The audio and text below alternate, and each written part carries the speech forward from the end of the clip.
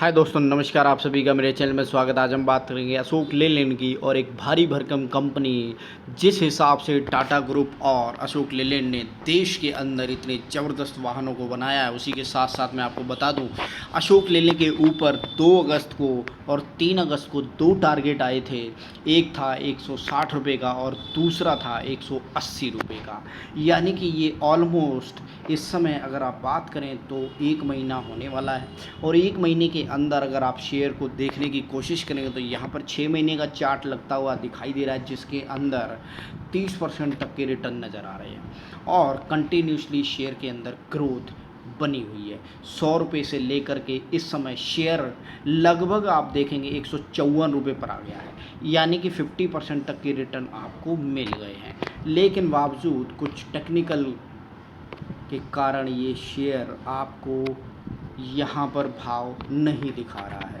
यानी कि आप ये समझेंगे कि अगर आपने 9 और 8 मार्च को ये शेयर ख़रीदा होता, जिस समय इसका शेयर भाव था लगभग 99 रुपये और 100 रुपये से नीचे, वहाँ से आज की डेट में ये शेयर 154 रुपये पर है और लगभग आप देखेंगे आपको 55 से 56% तक के रिटर्न निकलते हुए दिखाई दिए।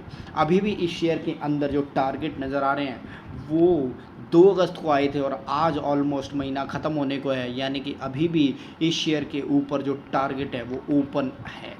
और जिस हिसाब से आज के दिन की इसके अंदर तेज़ी है, उससे आप ये समझिएगा कि इस शेयर के अंदर लंबी ग्रोथ के लिए जो घोड़े लगे हुए हैं, डेफिनेटली वो बहुत तेज़ी से भागते हुए नज़र आ रहे हैं। अगर मैं बताऊं आपको इस शेयर की ग्रोथ, तो डेफिनेटली बहुत बढ़िया है और काफ़ी सालों से बहुत बढ़िया कंटिन्यूसली बहुत अच्छे रिटर्न देता हुआ नज़र आ रहा है।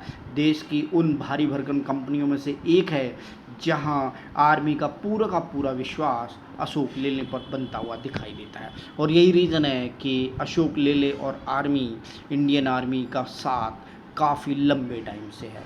हिंदुजा ग्रुप की वो बड़ी कंपनी जो इस समय देश की सेवा में अपने पूरे के पूरे हाथ और हृदय लगाए हुए, और यही रीज़न है कि इस समय ये शेयर आपको 4% तक की तेज़ी के लिए आज के दिन में भागता हुआ नज़र आ रहा है। फ्यूचरिस्टिक के हिसाब से देखें तो 180 रुपये के टारगेट के लिए इस समय ख़रीदारी की सलाह दी जा रही है। मैं एक बार इसका हेल्थ कार्ड दिखा देता हूं कि किस हिसाब से इसके क्वार्टरली नतीजे निकलते हुए नज़र आ रहे हैं, और क्या ऐसी बड़ी खबर है कि ब्रोकरेज हाउस ने इसके ऊपर 180 रुपये के टारगेट दिए हैं। की बात करें तो लगभग 45,000 करोड़ से ज़्यादा की मार्केट कैप है। 1 रुपये की फेस वैल्यू है, 93 का इसका लो है और 158 का इसका हाई है, और अपने हाई के ऑलमोस्ट नियर बाई ये घूमता हुआ दिखाई दे रहा है 154 रुपये के ऊपर। यानी कि शेयर भाग रहा है, और भागते हुए शेयर को देखना बहुत ज़रूरी है।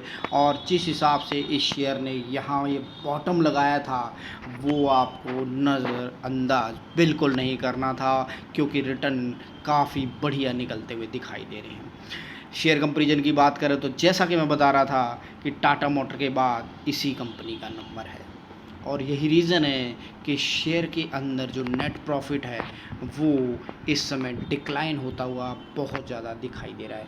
140 करोड़ का जो नेट प्रॉफिट था वो आकर आपको 5 करोड़ पर जो क्वार्टर के अंदर नज़र आ रहा है। यानी कि क्वार्टरली नतीजे थोड़े से डिक्लाइन होते हुए इस शेयर के अंदर दिखाई दे रहे हैं।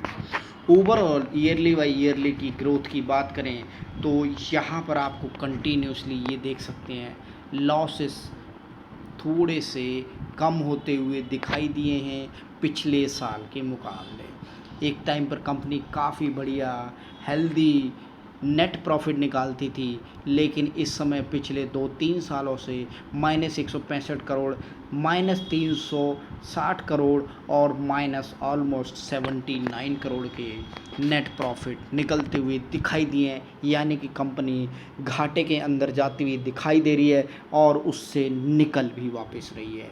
यानी कि 350 करोड़ के बाद सीधा 79 करोड़, यानी कि कंपनी बहुत बढ़िया डिसीज़न मेकिंग होते हुए बहुत बढ़िया रफ्तार से अपने लॉसेस को कम करती हुई दिखाई दे रही है।